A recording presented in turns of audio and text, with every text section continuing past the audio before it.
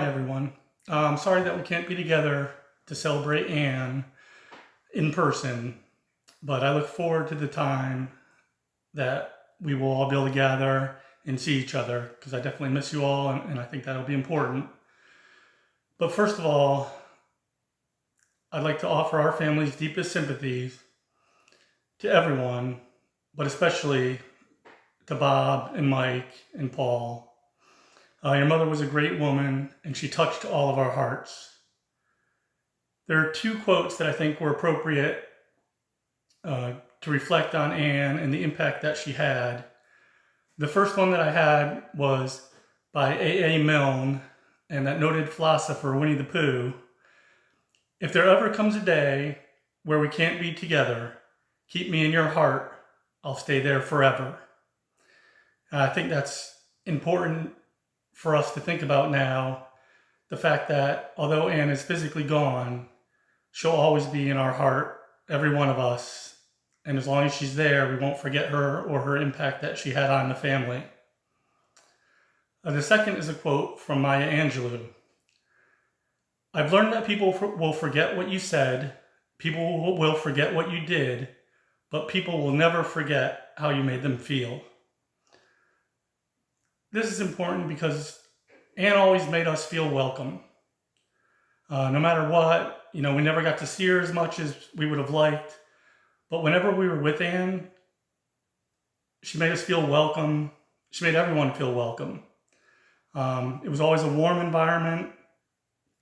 And I'll always remember, that feeling of being welcomed into her house, no matter how long it had been or what time was going on.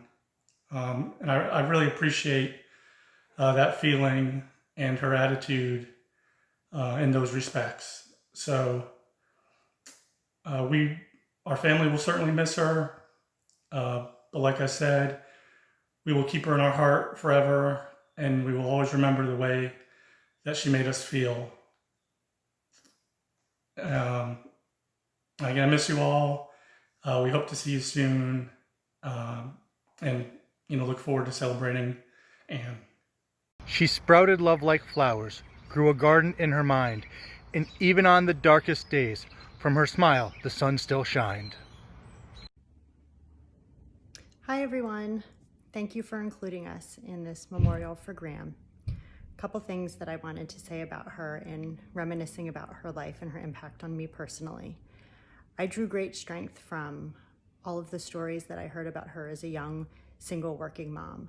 And as a young working mom myself, there were a lot of tears and there were a lot of moments of stress and a lot of times that I wondered how I was going to raise two crazy boys to be little gentlemen and good humans. And I often thought of Graham and drew strength from her as an inspiration to me about what that life must have been like for her. And I have the gift and the blessing of a support system and a husband that I know she didn't have long term. So I told her that frequently, actually. I would write letters at Christmas and Mother's Day, and I would often tell her that I thought of her often in trying to raise my boys, and that I found her to be inspiring to me. And I thanked her for that often. But a funny story that I always love to tell about Graham is about Jasper the duck. And I know some of you are laughing right now already, and some of you are like, who's Jasper the duck? But when I was in 5th grade, we had to interview a grandparent. And in that interview, we had to ask our grandparents about any pets they may have had as children. And Graham told us about Jasper the duck and how she had this young duck named Jasper growing up in Turuski. So of course I wrote about that. And that year for Christmas, we bought these beautiful little garden ducklings for her garden. And for my whole life, I thought of Jasper the duck. And then it wasn't until I was grown up that Graham told us that Jasper the duck was made up and it wasn't real. And she only said that because she felt bad that all the other grandparents being interviewed may have had a duck and she didn't have a pet to talk about. So Jasper the duck was made up. Nonetheless, a funny story and a testament to how selfless she was, that she didn't want me to feel bad, so she had created this fictitious pet. The other story, really piece of advice that I always remember her saying from the time I was engaged on, especially when Mark and I would go up there to visit, is that she would always remind us that marriage wasn't 50-50. You couldn't only give half of yourself to marriage, it had to be 100%. And I think just about all of us are married or in relationships, and we know that sometimes 100% is a lot, and sometimes you have to give 200%, and sometimes all you have is 50. But that advice of marriage having to be 100%, and you have to put your whole self into it to make it work, I think is really true advice and honest and good advice for all of us to follow and bear to heart. So goodbye, Graham. You gave us many, many memories, many laughs. I always loved being around you as a child and as an adult, and I always found inspiration in your life. So never will I look at a duck and not think of Jasper, and never will I think about being a working mom and think about how hard I have it, because I know there's women that have it harder than I do. And never will I look at a bloom in my garden when I don't have a green thumb and not think about you and your beautiful flowers. And in some sense, every time I see a beautiful bloom in my garden that I know I had no responsibility for, I'm gonna know it's you checking in to see how we're doing. Thank you for bringing this family together in new ways, and thank you for being you. We love you, and we're going to miss you. Goodbye.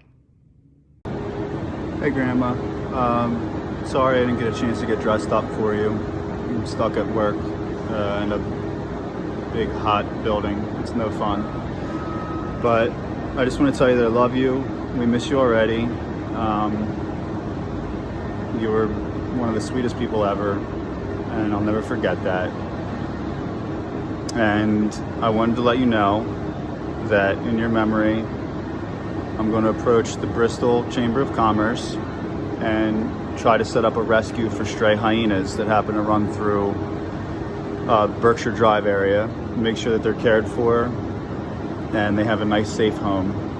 And it'll be named Ann Hagen Clinic for Hyena Rescue. I love you, miss you, and until we meet again.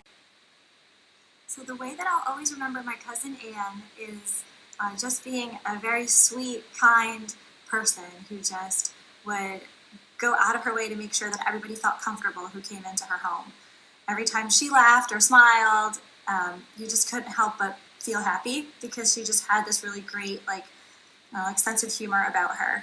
My favorite memories are probably the sleepovers that my brother Pat and I had. We were there a lot over the summers, and she would sit in the basement with us and watch movies. Like those 3 VHS tapes that were there for years were the only ones that we watched, but she would tell us stories about her childhood, and we just thought she was really interesting. Also, Easter is a big memory. She hosted Easter at her house a lot when we were young, and it was a really great chance for us all to get together with my dad's side of the family, my cousins, everybody else. And it really is because of her that we all got together like that. So that was a really great blessing and, memories I'll always cherish. But anyway, I miss you, Cousin Ann, and may you rest in peace. Thank you for the memories, and until we meet again. I have a lot of great memories with my grandmother. One I remember specifically was when we came out to visit out east to celebrate what I think was her 80th birthday. We decided to take her to Ellis Island as a way to celebrate her life and her journey, and for us to connect with her on that experience. And so we got there, and some time goes by, and everyone is sort of quiet and looking around and thinking about how special of a place this was. And finally, someone asks her, Grandma, what was it like to have come through here? And she stops and looks at us and says, I've never been here before. And it turns out that she came through Bridgeport. So much for thinking that we would find her name written in a book somewhere or something like that. But I also remember how sort of matter of fact she was about it. She could be with a lot of things, kind of like, what did you think we were doing here, type of thing. We were always very entranced by her immigrant story. We celebrate immigrants in this country who come here and become rich and famous. And, while I think that's part of the psyche of this country, I also think that my grandmother's story is the American story. Tough it out, work hard, and believe in the best in people. And her sacrifices paved the way for her kids and grandkids to live lives of privilege and opportunity. And I'm very thankful for that. I do remember one time I was visiting her a few years ago. I brought up her hometown of Toriski, which I think is how you pronounce it in Slovakia, on Google Maps Street View. So you can see the roads and the buildings. And we spent the night walking the streets together, even though we were a couple or several thousand miles away. And I always thought that was pretty cool. Aside from the individual memories and events, of which there are many, I think what dawns on me is how she was such a constant in my life. She had a way of disposing knowledge in small doses, as grandparents do. And I can remember when I was younger and she would come out to visit, and I'd be walking through the kitchen on my way to see friends or off to do something else, and she'd stop me and grab my arm and just say, "Don't forget to tell your parents that you love them," or "Make sure you look out for your brothers," or one of her favorites, which was, "You never stop talking to family." I'm very grateful that I had the opportunity earlier this year to visit her, and she was happy and laughing, happy to have her family around. And she told us how grateful she was for us and how much she loved us. And we were able to do the same for her. I'm going to miss Grandma very much. She's been a huge influence in my life, and I'm very thankful for the time that I had with her. I love you, Grandma. Thank you for everything you did for us and the example that you set, which I will carry with me throughout the rest of my life. Cousin Ann, we're all going to miss you so much. So many memories, so many things to take away. Some of the things that I'll remember most of you were, first, your strength and resilience.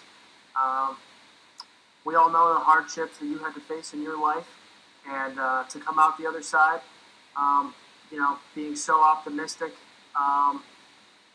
and so strong, is something that we can all take, and it's just a true virtue of how strong of a woman that you were. I'll always remember your positivity, your kindness, your loving nature, whether it was taking care of your family and putting everybody before yourself, or lovingly taking care of the plants that you so love so much. Everything was before yourself, and for that I'll always remember that about you. Some of the memories that I remember are just going to visit you, because visiting you always meant seeing family, seeing people who we all loved so much. You kind of had a way of bringing everybody together that nobody else really did. I was able to always, when I visited you, you always made me my favorite meal, which was meatloaf, because you knew that I loved the way you cooked meatloaf. So something that I'll always take with me was, a couple years ago when I last visited you in your house, I made you my own meatloaf, so I was able to finally pay you back after all those years, and you were able to meet my first daughter, which will always be special in my heart. So thank you for everything. We all love you so much. And Cousin Ann, you'll always be in our hearts, and may you rest in peace. God bless. Granny Ann is such an important part of my life. She played such a big part in shaping how I view the world and, defining my moral compass. And I wrote my college admissions essay about Grandma Ann's life as an immigrant and about how she inspires me. She was an incredible person and incredibly thoughtful and loving, and I think those two qualities are what I will always associate most with her and remember her most for. She was so thoughtful. I remember she used to always send me these big boxes of food in college, just like a random assortment of food. It was like random microwave meals and canned tuna. But I remember just how thoughtful I thought that was and how much I appreciated it. And I know that my roommates always thought it was great too, because their grandmothers were definitely not sending them boxes of random food. I always appreciated it, and I always, of course, ended up eating everything, no matter how weird the food was. That's just one, of course, of countless stories of how thoughtful and loving Granny Ann was. My entire childhood was filled with memories of her being like that. And for this, though, I just wanted to tell a quick story that actually highlighted her sense of humor and how contagious her laughter and joy could be. So every Christmas, Granny Ann would come out to Minnesota for a couple weeks, and we'd always really look forward to her coming out. Just because she was really fun to hang out with and to spend time with. To laugh around and to joke with. Of course, the house would get filled with sweets. And danishes and stuff, which I'm actually eating one right now, in honor of Granny Ann. And when she came, of course, she would end up doing all of her chores, which we would attempt to stop her. Like, oh no, Grandma Ann, we can do that. But she would never cave. She was too stubborn, and we knew she never would. And after her doing all of her chores, and filling us up with danishes and other sweets, we just hang out with her and laugh and joke around. And she had a great laugh. I remember hearing about her laugh and hearing about how she'd get these laughing jacks. And I remember thinking about how bizarre that was, and still to this day, I think the concept of laughing jack seems strange to me. It just not being able to stop laughing. But one Christmas Eve, after about maybe half of a golden Cadillac, and for those of you who don't remember, Granny Ann was an extreme lightweight. She could have like the smallest amount of booze, and she'd be feeling it. So she had maybe half of a golden Cadillac, which is just a sugary liqueur, and she just started laughing and just didn't stop. And I remember, at first we were all kind of confused and amused, but then we all started laughing. Everyone started laughing to the point where we were all almost in like tears. And it was funny because we were, it would go like almost in waves where it would start to die down. We'd start to stop laughing.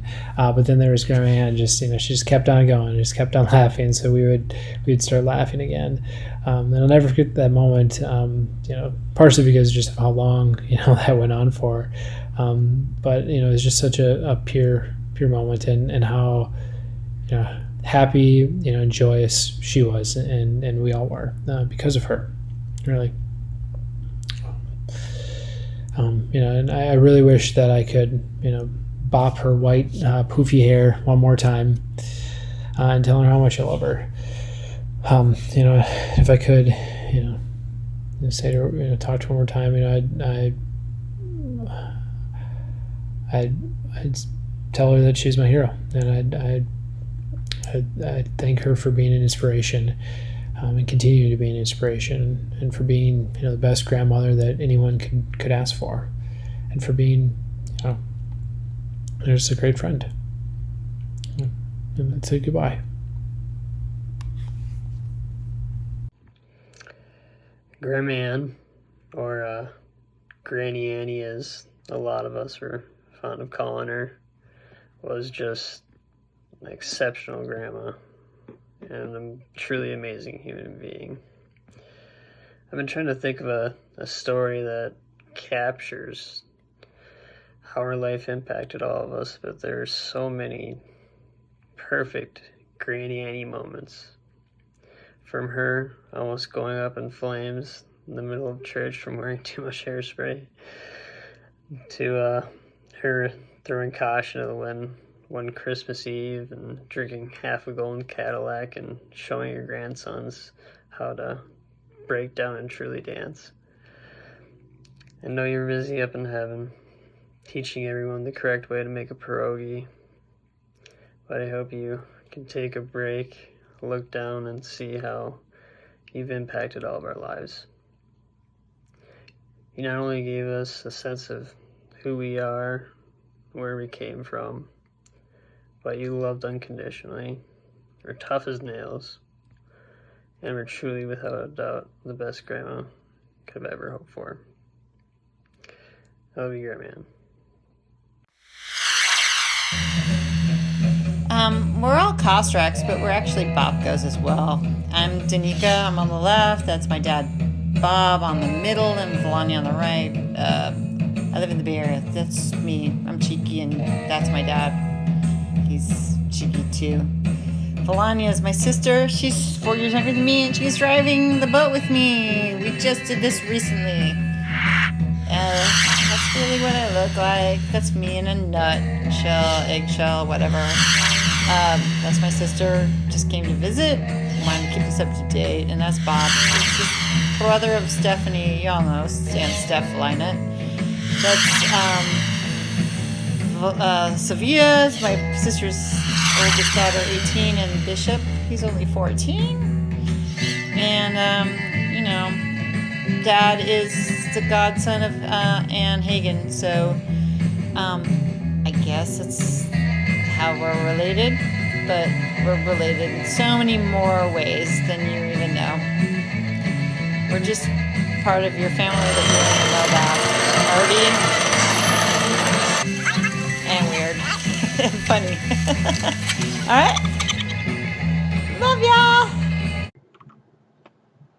Genesis chapter 28, verse 14 says, "Your offspring shall be like the dust of the earth, and you shall spread abroad to the west, and to the east, and to the north, and to the south. And in you and your offspring shall all the families of the earth be blessed." As we gather virtually from all across the country, let's remember the warmth and kindness and love that Anne brought everywhere she went, and honor her by spreading that in all of our daily lives. From the Gospel of John, chapter 3, verse 16. For God so loved the world that he gave his only begotten Son, that whosoever believeth in him should not perish, but have everlasting life. Cousin Anne was so special to me. She had such a kind and loving heart, and she always made sure everyone knew how deeply loved they were.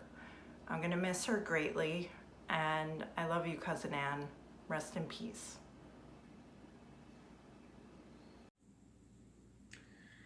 The following is from Corinthians chapter 13, verse 4 to 8.